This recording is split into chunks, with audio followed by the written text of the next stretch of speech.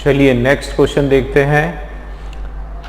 7th वाला हमारा question, the bank में टाइट द मॉनेटरी सून में टाइट द मॉनेटरी पॉलिसी होना चाहिए। 1 मिनट, है ना, कुछ यहाँ पे, हाँ यहाँ पर जो है दोस्तों क्वेश्चन में ही एरर है, मॉनेटरी पॉलिसी होना चाहिए।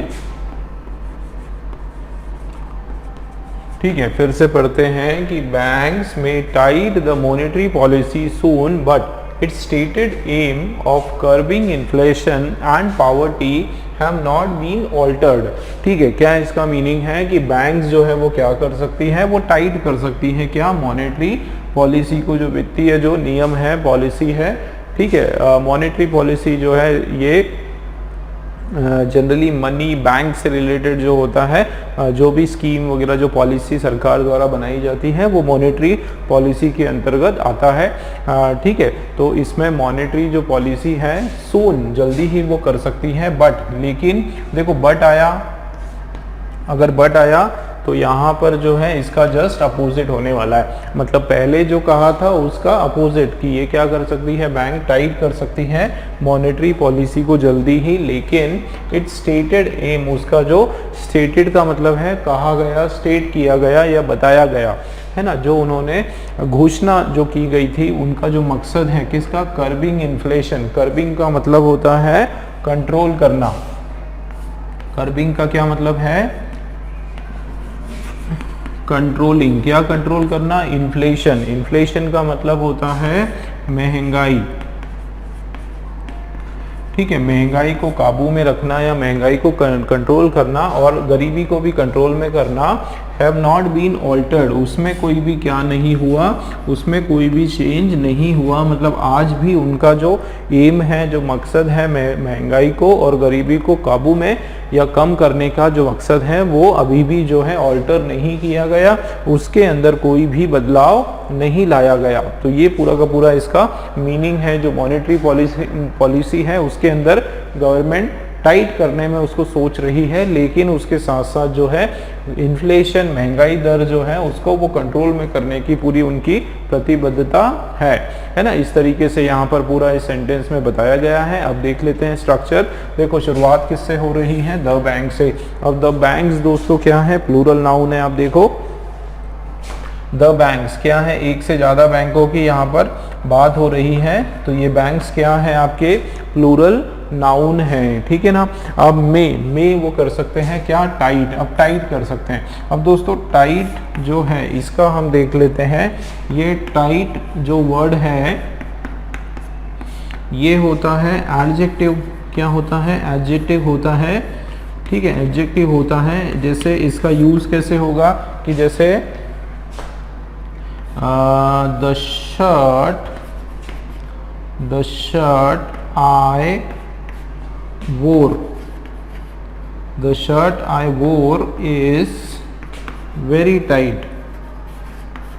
वो शर्ट जो मैंने पहनी है वो क्या है, बहुत टाइट हो चुकी है। तो ये टाइट जो है यहाँ पर क्या हो गया, एडजेक्टिव की तरह काम कर रहा है। अब मुझे आप बताओ कि यहाँ पर आपका एडजेक्टिव लगना है या और कुछ लगना है।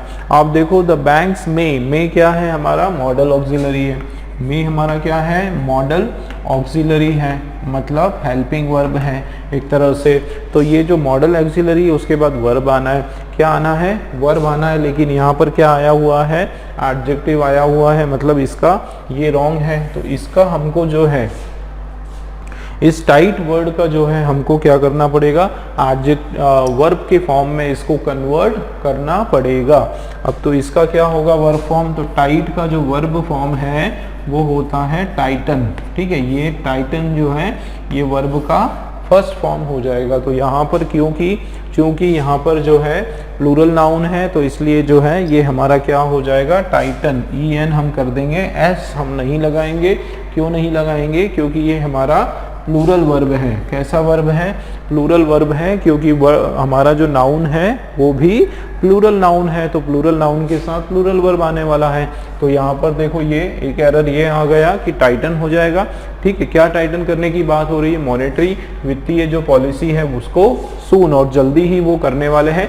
लेकिन अब देखो इसका अपोजिट आएगा, लेकिन इनका जो स्टेटेड एम जो था, इनका जो कहा गया एम था, जो दर्शाया गया, इन्होंने घोषणा किया गया जो एम था, मकसद था किसका, ऑफ कर्बिंग इन्फ्लेशन। तो दोस्तों एम हमारा क्या है, नाउन है, और कैसा नाउन है, सिंगुलर नाउन है ना। एम मतलब मकसद, उद्देश्य, सिंगुलर नाउन है। अब आगे देखते हैं, तो ये नाउन आया ऑफ किस चीज का, curbing inflation and poverty, inflation महंगाई और गरीबी को कंट्रोल करने का। और उसके बाद देखो ये हमारा आ गया वर्ब, ठीक है, वर्ब हमारा हेल्पिंग वर्ब आ गया।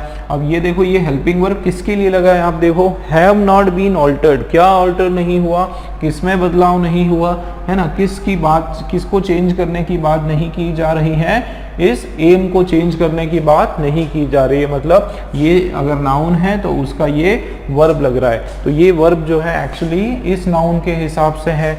अब हमारा सब्जेक्ट और वर्ब का एग्रीमेंट क्या कहता है, ठीक है, सब्जेक्ट वर्ब का एग्रीमेंट क्या बोलता है दोस्तों, कि दोनों का जो है सेम होना चाहिए। अगर आपका सब्जेक्ट सिंगुलर है तो नाउन वर्ब भी क्या होना चाहिए, सिंगुलर होना चाहिए।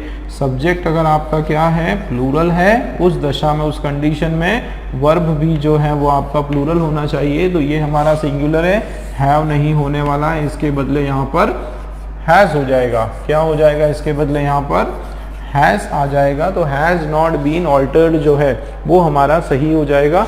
तो दोस्तों वापस देखो आप, मल्टीपल एरर हैं, ए के अंदर भी एरर है और डी के अंदर भी आपके क्वेश्चन में एरर है। चलिए पढ़ते हैं बिना एरर से कि बैंक्स में tighten the monetary policy soon but its stated aim of curbing inflation and poverty has not been altered. ये पूरा हमारा सही हो जाएगा, ठीक है।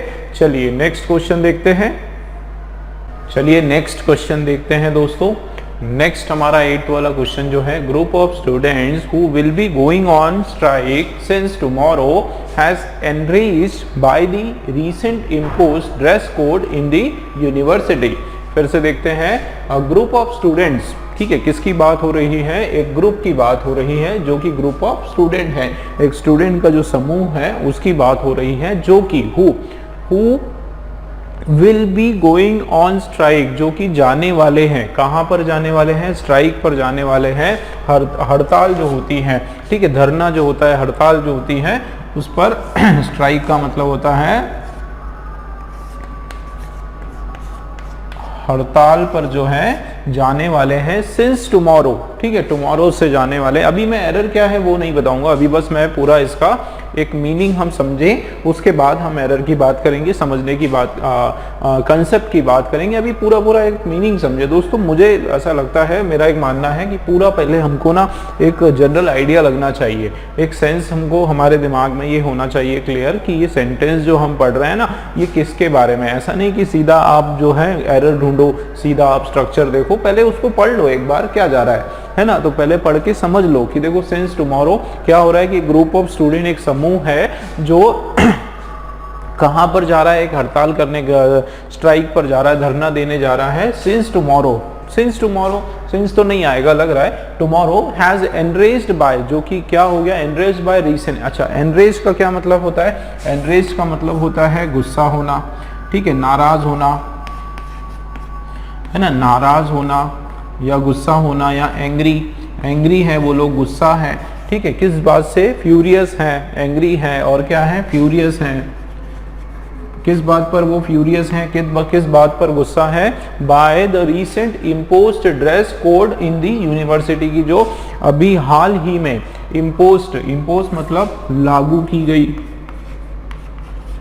है ना, लागू करना, तो लागू की गई क्या, ड्रेस कोड, है ना, कहाँ पर, यूनिवर्सिटी के अंदर। उस बात से जो है वो लोग क्या है, खफा है, नाराज है, बहुत ज़्यादा नाराज हैं, और उसके कारण वो सबके सब जो है क्या चले गए, कहाँ चले गए, वो जाने वाले हैं, कहाँ जाने वाले हैं, धरना देने जाने वाले हैं या स्ट्राइक पर जाने वाले हैं, वो स्कूल यूनिवर्सिटी नहीं आएंगे, ठीक। चलिए ये तो था इसका मोटा एक आइडिया, मीनिंग कि क्या एग्जैक्टली किसके बारे में ये बात की जा रही है। अब हम देखते हैं, देखो यहाँ पर स्ट्रक्चर की बात करें, देखो अ ग्रुप ऑफ आया दोस्तों, एक चीज मैं बताऊं, देखो अ ग्रुप ऑफ आया तो एक रूल हमारा लागू हो रहा है, कौन सा, नाउन 1, उसके बाद ऑफ क्या है हमारा, ऑफ प्रीपोजिशन है और उसके बाद जो है नाउन टू है। इस दशा में क्या बताया था दोस्तों, मैंने आपको बताया था कि वर्ब जो आएगा वो किसके अकॉर्डिंग आएगा, अकॉर्डिंग टू नाउन वन आने वाला है। ठीक है, मैंने आपको ये बताया था कि वर्ब जो है वो अकॉर्डिंग टू नाउन वन आने वाला है। चलिए वो देखते हैं हम आगे।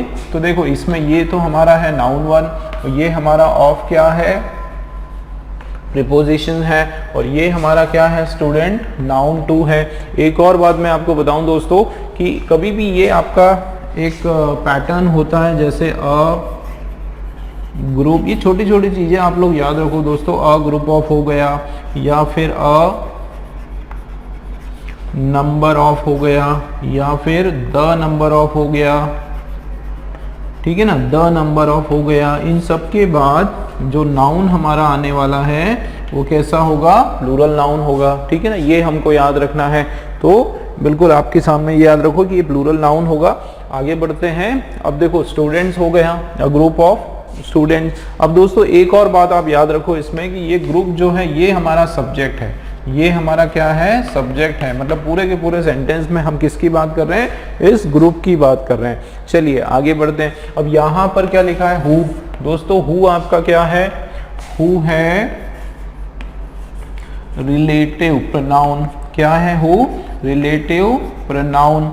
और एक बात आप याद रखो कि ये जो रिलेटिव प्रोनाउन है ये किसके हिसाब से आता है, वो बहुत इंपॉर्टेंट चीज है। ये रिलेटिव प्रोनाउन जो है आता है अपने एंटीसीडेंट के हिसाब से। ठीक है, तो यहाँ पे जो है ग्रुप ऑफ स्टूडेंट्स हु। तो अब दोस्तों एक चीज मैं बताऊं कि ये जो हु वर्ड है ये स्टूडेंट्स के लिए नहीं है। हालांकि पढ़ने में आपको लग रहा है कि ये स्टूडेंट्स के लिए होगा, या आप बोलोगे कि भाई ग्रुप ऑफ स्टूडेंट्स सर क्या फर्क पड़ता है, समूह है तो क्या हुआ, लेकिन वो स्टूडेंट का है। लेकिन दोस्तों ऐसा नहीं है। ग्रामर में, इंग्लिश के ग्रामर के हिसाब से आपको जो है उस कलेक्टिव नाउन को मतलब उसको इंपॉर्टेंस देनी पड़ती है। ठीक है, उसके हिसाब से आपको रिलेटिव प्रोनाउन लगाना पड़ेगा कि यहाँ पर ये जो हु है, हु हम किसके लिए लगाते हैं, अगर स्टूडेंट को मानकर लगाते तो बिल्कुल सही होता, पर यहाँ पर आपका एंटीसीडेंट स्टूडेंट नहीं है, यहाँ पर आपका एंटीसीडेंट जो है वो क्या है, ग्रुप है। क्या है दोस्तों, ग्रुप आपका एंटीसीडेंट है, क्योंकि ये जो हु शब्द है ये किसके लिए लगाया जा रहा है, ये ध्यान दो, ये ग्रुप के लिए, उस समूह के लिए लगाया जा रहा है। और समूह के लिए अगर हम लगाएंगे तो वहां पर हमारा ये तो न्यूट्रल जेंडर होता है, ग्रुप का कोई जेंडर नहीं होता है। और हु जो है, हु जो होता है ना, ये हम किसी पर्सन के लिए लगाते हैं। किसके लिए लगाते हैं, किसी भी व्यक्ति के लिए, पर्सन के लिए लगाते हैं। और ये जो ग्रुप है ना, जो न्यूटर है या नो जेंडर है, उसके लिए हम लोग क्या लगा सकते हैं, विच हम लगा सकते हैं। ठीक है, विच हम लगाएंगे तो ये हमारा रॉन्ग हो गया। तो यहाँ पर जो है हु के बदले क्या हो जाएगा, विच हो जाएगा। एक एरर हमको पता चली।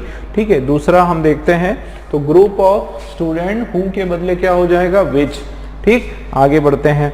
इसके अंदर हमारा एरर है विल बी गोइंग ऑन। अब देखो will be going on strike, वो कहां पर जा रहे हैं, ये फ्यूचर का आपका सेंटेंस है। और बी आ गया ना दोस्तों, एक चीज याद रखना, विल आया, विल के साथ बी आ गया, इसका मतलब ये आपका फ्यूचर में पैसिव।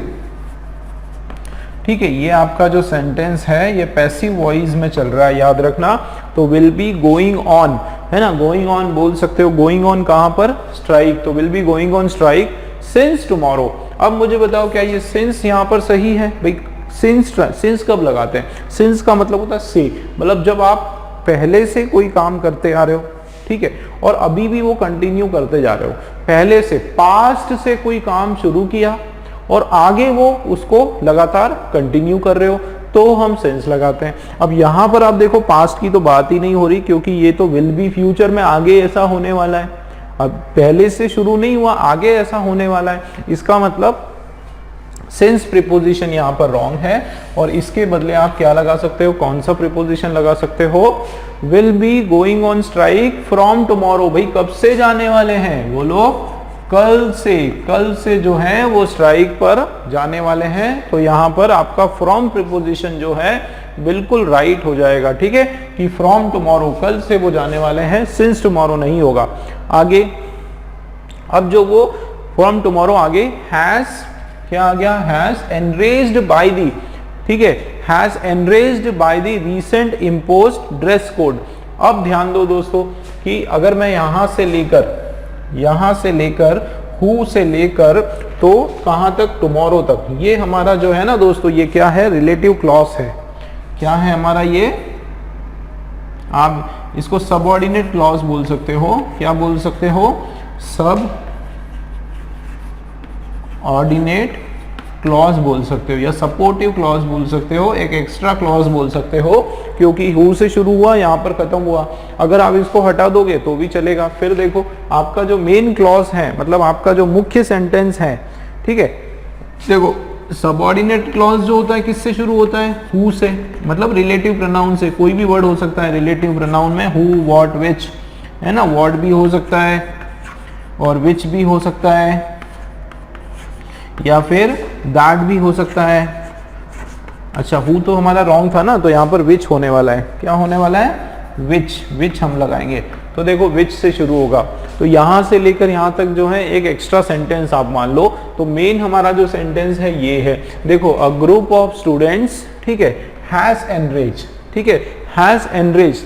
तो ये देखो ग्रुप है, तो ये सिंगुलर है, ग्रुप हमारा क्या है, सिंगुलर नाउन है, ठीक है ना, सिंगुलर नाउन है, तो ये देखो सिंगुलर वर्ब है इसके साथ, ये भी बिल्कुल प्रॉपर है। अगर यहाँ पर हैव होता तो रॉन्ग हो जाता, है ना, तो यहाँ पर हैज तो बराबर है। अब आगे देखते हैं, तो हैज और उसके बाद एनरेज्ड। अब ये क्या हो गया, परफेक्ट टेंस का सेंटेंस हो गया। हैज एनरेज्ड क्या हो गया, परफेक्ट टेंस का सेंटेंस हो गया, ठीक है, यहां तक बराबर है। आगे देखते हैं, has enraged by the recent imposed dress code by the university.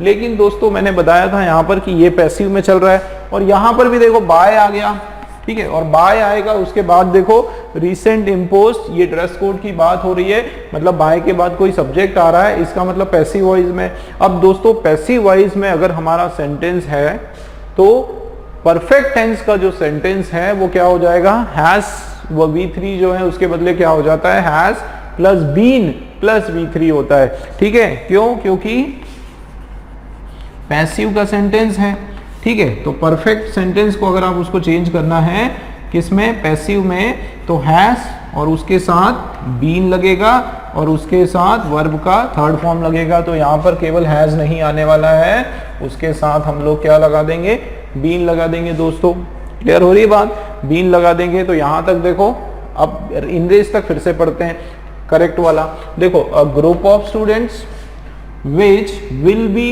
Going on strike from tomorrow, ठीक है, a group of students which will be going on strike from tomorrow has been enraged by the recent imposed dress code, कि वो गुस्सा हो गए, नाराज हो गए, किससे, बाय द रीसेंट। अब आगे देखते हैं, bye the recent imposed dress code, यहां भी गड़बड़ लग रहा है।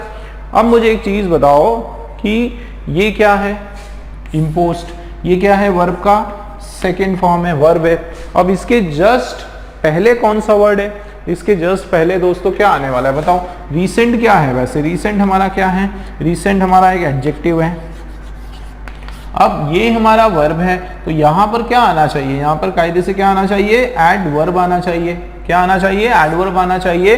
और एडवर्ब के लिए क्या होगा कि रीसेंट नहीं होने वाला है, उसके बदले हम लोग ly लगा देंगे। तो ये क्या बन जाएगा आपका, रिसेंटली बन जाएगा, ठीक है। तो enrage by the recently impose, जो हाल ही में इम्पोज लागू किया गया, क्या, ड्रेस कोड, कहां पर, इन द यूनिवर्सिटी। तो इन द यूनिवर्सिटी बिल्कुल बराबर है, कोई प्रॉब्लम नहीं, ठीक। मतलब एरर जो है हमारा, देखो आप ए वाला हमारा, हाँ ए में एरर, उसके बाद जो है दोस्तों आपका बी में एरर, उसके बाद जो है सी के अंदर भी एरर, ठीक। डी वाले में कोई प्रॉब्लम नहीं आया, क्लियर हुआ। इस तरीके से मल्टीपल ऑप्शंस, मल्टीपल एरर के क्वेश्चंस मैंने दिए दोस्तों आप लोगों को, ताकि आपका जो कंसेप्ट है वो पूरा क्लियर हो जाए। फिर से पढ़ते हैं एक बार सही आंसर। देखो a group of students which will be going on strike from tomorrow has been enraged by the recently imposed dress code in the university, ठीक है दोस्तों, क्लियर है। चलिए आगे का करते हैं, नेक्स्ट क्वेश्चन।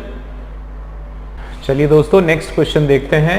नेक्स्ट वाला क्वेश्चन आपके सामने है दोस्तों, देखो क्या लिखा है, पूरा पढ़ लेते हैं। In spite of the government has put in great efforts, emission of greenhouse gases and noxious chemicals remain a cause of worry। क्या इसका मीनिंग आ रहा है मोटा मोटा निकल कर, कि किसके बावजूद government has put in great effort, कि गवर्नमेंट ने जो है काफ़ी बहुत सारी मेहनत की, काफ़ी एफर्ट लगाया, काफ़ी कोशिश की, काफ़ी प्रयत्न किए, उसके बावजूद क्या हुआ कि ये जो emission of green house gases हैं, ग्रीन हाउस जो गैसेज हैं, जो हार्मफुल गैसेज हैं, जैसे कार्बन डाइऑक्साइड है, नाइट्रोजन डाइऑक्साइड है, और भी जो फैक्ट्रियों की चिमनियों से जो निकलते हैं ना गैस हार्मफुल, वो हमारे इन्वायरमेंट को ख़राब करते हैं, उनको पल्यूटेड करते हैं। तो उन सारे गैसेज को ग्रीन हाउस जो हीट कॉज करता है उसको ग्रीन हाउस गैसेज बोलते हैं। और उसके साथ साथ जो है नॉक्शियस केमिकल, ऐसे केमिकल जो जहरीले केमिकल्स होते हैं, बहुत ही हमारे लिए हैजार्डस होते हैं, खतरनाक होते हैं केमिकल्स, वो सब रिमेन क्या है या कॉज ऑफ वरी, वो सब जो है एक चिंता का विषय जो है वो बना रहता है ना, इसके कारण जो है एक चिंता का विषय है। ये इसका एक मीनिंग हो गया। अब हम लोग देखते हैं, देखो यहाँ पर क्या लिखा है, इन स्पाइट ऑफ। तो इन स्पाइट ऑफ सबसे पहले तो मैं बता दूं कि ये वर्ड एकदम सही है ना। सबसे पहले तो ये वर्ड मैं बता देता हूँ, एक होता है इन स्पाइट ऑफ। तो दोस्तों अगर ये इन और स्पाइट अलग अलग है तो हम उसके साथ ऑफ लगा सकते हैं। अगर ये एक साथ है, ऐसा अगर होता, इन स्पाइट होता, तो उसके बाद फिर ऑफ नहीं हम लगाते हैं, याद रखना, ठीक। पहली बात। दूसरी बात, इसका एक और मीनिंग होता है, इन स्पाइट ऑफ का मतलब होता है डिस्पाइट। क्या होता है, डिस्पाइट। तो केवल डिस्पाइट सही है, लेकिन अगर इसके साथ होता डिस्पाइट ऑफ कुछ ऐसा होता तो ये रॉन्ग हो जाता, क्योंकि ऑफ हम लोग डिस्पाइट के साथ नहीं लगाते हैं। तो ये आपने पता कर लिया। अब इसका मीनिंग देखो, ये सभी जो वर्ड हैं, खास करके इंस्पाइट ऑफ और डिस्पाइट जो है और इंस्पाइट, इन सब का मीनिंग होता है के बावजूद, ठीक है। के क्या होता है, के बावजूद, के बावजूद होता है ना। अब इसमें आप देखो, अगर मीनिंग वाइज आप पढ़ोगे कि in spite of government has put in great effort, इसके बावजूद जो है, देखो मीनिंग में एकदम सही लग रहा है। जब आप इसका हिंदी करने जाओगे आपको लग रहा है कि हाँ बिल्कुल बराबर है, क्या प्रॉब्लम है। In spite of the government has put in great effort, कि इसके बावजूद कि गवर्नमेंट ने जो है बहुत ही मेहनत की, उसके बावजूद भी क्या हुआ कि जो emission of green house gases है ना और नॉक्शियस केमिकल्स है ना, वो वैसे के वैसे ही चिंता का विषय बने हुए हैं, है ना। तो मीनिंग आपको ऐसा लग रहा है कि बिल्कुल सही है, लेकिन दोस्तों मैं आपको एक बहुत ही मज़ेदार ट्रिक बताता हूँ, बहुत बढ़िया। मैं आपको एक ट्रिक बताता हूँ, आपका बिल्कुल आपको क्लियर हो जाएगा। दोस्तों यही जो के बावजूद है ना, इसी के मीनिंग वाला एक और शब्द होता है दो। क्या होता है, दो। एक दो होता है, ठीक है। और इंस्पाइट ऑफ, देखो दोनों में क्या फर्क है, इंस्पाइट ऑफ, ठीक है, ये अलग अलग है, दो और इंस्पाइट ऑफ। अब दोस्तों दो का भी जो मतलब है कि हालांकि, देखो इसका हिंदी अगर हम करेंगे तो इसका होता है हालांकि, लेकिन अगर देखा जाए तो जब हम मीनिंग निकालते हैं तो हालांकि भी ऐसे ही निकलता है, इसके बावजूद, है ना। हालांकि भी वही आ रहा है कि उसके बावजूद, ये होने के बावजूद, ठीक है। अब ये दोनों के दोनों जो है, ये सेंटेंस हमको, ये दोनों शब्द जो है क्या देते हैं, अपोजिट सेंस देते हैं, ठीक है। अपोजिट सेंस का मैंने आपको पिछले क्वेश्चंस में बताया था, ठीक है। अपोजिट सेंस का मतलब होता है कि अगर एक आपका सेंटेंस पॉजिटिव सेंस का है तो दूसरा उसका बिल्कुल विपरीत हो जाएगा, उसका बिल्कुल कॉन्ट्रास्ट हो जाएगा, कॉन्ट्राडिक्टरी हो जाएगा, ठीक है। जैसे यहाँ पर भी आप देखो कि government has put in a great effort, government ने मेहनत तो बहुत की, लेकिन ये तो पॉजिटिव हो गया। यहाँ पर देखो ग्रीन हाउस गैसेस का जो इफेक्ट है वो अभी भी चिंता का विषय है, मतलब वो अभी भी काबू में नहीं हुआ, तो ये अपोजिट सेंस हो गया ना। तो उस हिसाब से तो इसकी प्लेसमेंट ठीक है। और दो का भी वही काम होता है, अगर दो भी लगाया तो उसका भी वही मतलब है, दो भी लगा सकते हो और ऑल दो भी लगा सकते हो, ठीक है। दोनों का सेम ही मीनिंग होता है, तो ये दोनों लगा सकते हो। और इसका भी जो है सेंस तो आपका अपोजिट ही देने वाले हैं, मतलब हम इसको, अब इनको किसको कहाँ लगाना है वो देखते हैं। ये मैं आपको ट्रिक बता रहा था कि इंस्पाइट ऑफ जो है ना दोस्तों, उसके बाद केवल एक सिंगल नाउन आता है, ठीक है, या फिर एक फ्रेज आता है।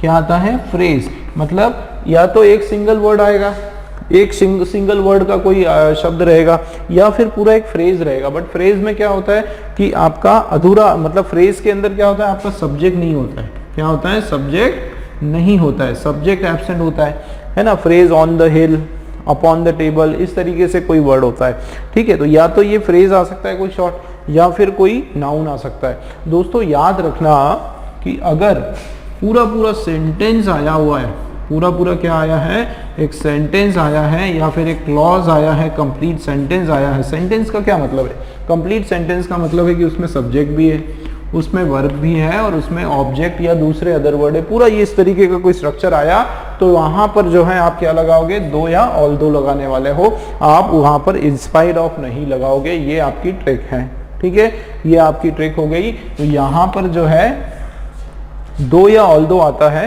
ठीक है, दोनों ही आपके क्या है, कंजंक्शंस हैं। ये सब क्या है, आपके कंजंक्शन है। पर याद रखो कि दो या ऑल दो आया उसके बाद एक पूरा का पूरा सेंटेंस होता है, और इंस्पायर्ड या इंस्पायर्ड ऑफ आया उसके बाद एक छोटा सा कुछ फ्रेज होता है या एक नाउन होता है, सिंगल वर्ड होता है, ठीक है। तो यहाँ पर आप देखो कि इंस्पायर्ड ऑफ, और यहाँ पर आप देखो पूरा गवर्नमेंट, सब्जेक्ट, फिर इधर वर्ब, फिर उधर एक्स्ट्रा चीजें, तो ये पूरा का पूरा एक सेंटेंस आ गया है ना। तो जाहिर सी बात है कि यहाँ पर हम लोग ये इंस्पायर्ड ऑफ हटा देंगे और उसके बदले जो है क्या आ जाएगा, दो आ जाएगा। हालांकि के सेंस में आ जाएगा कि हालांकि गवर्नमेंट जो है उन्होंने क्या किया, उन्होंने पुट किया मतलब गवर्नमेंट ने मेहनत की, रखा क्या, in great effort, put in, ये बिल्कुल आपका पुट इन एक फ्रेजल वर्ब है और इसका मतलब होता है गिव, ठीक है, गिव या ऑफर, गिव या ऑफर या फिर डिड, उन्होंने किया, क्या किया, बहुत ज़्यादा मेहनत, पुट इन का मतलब उसका ऑफर किया या दिया उसको, या बहुत मेहनत की उन्होंने की, बहुत सारा ग्रेट एफर्ट उन्होंने लगाया, ठीक है, लगाना होता है। उसके बावजूद क्या हुआ कि emission of green house gases and noxious chemicals remain a cause of worry. तो एक तो आपको समझ में आ गया, फर्स्ट तो एरर हमारा क्या है, इसमें एरर है कि इंस्पायर्ड ऑफ के बदले जो है क्या हो जाएगा, दो, तो ये ए में हमारा एरर है। आगे देखते हैं, हैज पुट इन, तो हैज आ गया ना, has put in great effort, काफी मेहनत उन्होंने लगाया, उन्होंने एफर्ट किया। उसके बाद आगे देखते हैं दोस्तों, एक और रूल आ गया हमारे पास मजेदार, देखो क्या लिखा है, इमिशन, ये नया सेंटेंस है। इसके बाद इमिशन, इमिशन की अगर हम बात करें तो ये आपका नाउन है और ये आपका कैसा है दोस्तों, सिंगुलर नाउन है। उसके बाद आपका ऑफ आ गया है ना, उसके बाद एक और आपका नाउन आ गया, ठीक है, एक और नाउन आ गया जो कि प्लूरल नाउन है। दोस्तों यहाँ पर हमारे पास जो है एक और हमारा रूल आ गया। आप देखो अभी मैंने पिछले क्वेश्चन में आपको बताया था नाउन वन, उसके बाद ऑफ आपका प्रीपोजिशन, ठीक है ना, उसके बाद जो है नाउन टू, ये वाला अगर आपका स्ट्रक्चर चाहे नाउन टू हो या नाउन थ्री हो, ठीक है, इस तरीके से भी होता है। लेकिन वर्ब जो आपका आने वाला है दोस्तों, खास करके है ना, वर्ब जो आएगा वो किसके हिसाब से आएगा, अकॉर्डिंग टू नाउन वन। बस ये आपको याद रखना है, ऑफ के पहले वाला जो वर्ड है, जो नाउन है, उसके हिसाब से जो है आपका क्या आने वाला है, वर्ब आने वाला है। आप यहाँ पर देखो इमिशन, ठीक, इमिशन जो है उत्सर्जन जिसको बोलते हैं, नाउन वन हो गया हमारा। उसके बाद प्रीपोजिशन कौन सा है, ऑफ हो गया। अब देखो ये known to greenhouse gases, या फिर उसके साथ और क्या जोड़ दो, नाउन थ्री बना दो नॉक्शियस, ये सब देखो एडजेक्टिव है। नॉक्शियस क्या है, एडजेक्टिव है। केमिकल्स ये भी नाउन है। और जानबूझ के दोस्तों प्लूरल नाउन दिया है। क्यों दिया है प्लूरल नाउन, ताकि हम लोग जो है आने वाले वर्ब को भी प्लूरल समझ बैठे और हमको लगे कि सही है, पर एक्चुअल में ऐसा नहीं है। ठीक, आप देखो ये जो रिमेन है ये किसके हिसाब से लगेगा, नाउन वन के हिसाब से लगेगा। इमिशन जो कि सिंगुलर है तो ये रिमेन नहीं होगा, उसके साथ हम क्या लगा देंगे, एस लगा देंगे। ठीक है ना दोस्तों, क्या लगा देंगे, एस लगाएंगे, तब जाके हमारा वर्ब जो है वो सिंगुलर बनने वाला है, नहीं तो ये प्लूरल होता। ठीक है, एस और एस जो है वर्ब की पहचान है कि वो सिंगुलर होता है और वो सिंगुलर नाउन के कारण होता है। आगे देखते हैं, तो देखो chemical remains a cause of worry, बिल्कुल आपको इसी तरीके से लिखते हो आप, कॉज ऑफ वरी। ये आपका एक फ्रेज है कॉज ऑफ वरी, और इसका मतलब होता है चिंता का विषय, है ना, एक चिंता का विषय, अ कॉज ऑफ वरी, बिल्कुल इसमें कोई प्रॉब्लम नहीं है। तो मल्टीपल एरर का क्वेश्चन है, ठीक है, इसके अंदर भी हमारा एरर, डी के अंदर एरर, ए के अंदर एरर, ठीक है, ए और डी के अंदर जो है हमारे पास एरर आ गया, है ना। ये था ना मजेदार दोस्तों, ये ट्रिक आप ध्यान रखो, कभी इसको नहीं भूलना। इंस्पायर्ड ऑफ के बाद बहुत ही एक या दो वर्ड आता है, फ्रेज आता है या नाउन आ जाता है, और दो आया, ऑल्दो आया, मतलब पूरा पूरा सेंटेंस आएगा। क्या आएगा, पूरा पूरा सेंटेंस आने वाला है। ठीक है, हालांकि दोनों का जो मीनिंग निकल के आता है वो सेम होता है, अपोजिट सेंस का मीनिंग आता है। ठीक, एक सेंटेंस पॉजिटिव तो दूसरा उसका अपोजिट हो जाएगा। ठीक है, एक बार पूरा राइट आंसर पढ़ लेते हैं। तो दो the government has put in great efforts, great efforts, ये भी बराबर एफर्ट्स ही होगा। ठीक है, emission of green house gases and noxious chemicals remains a cause of worry, ये हमारा सही हो जाएगा। ठीक है दोस्तों, चलिए नेक्स्ट क्वेश्चन देखते हैं।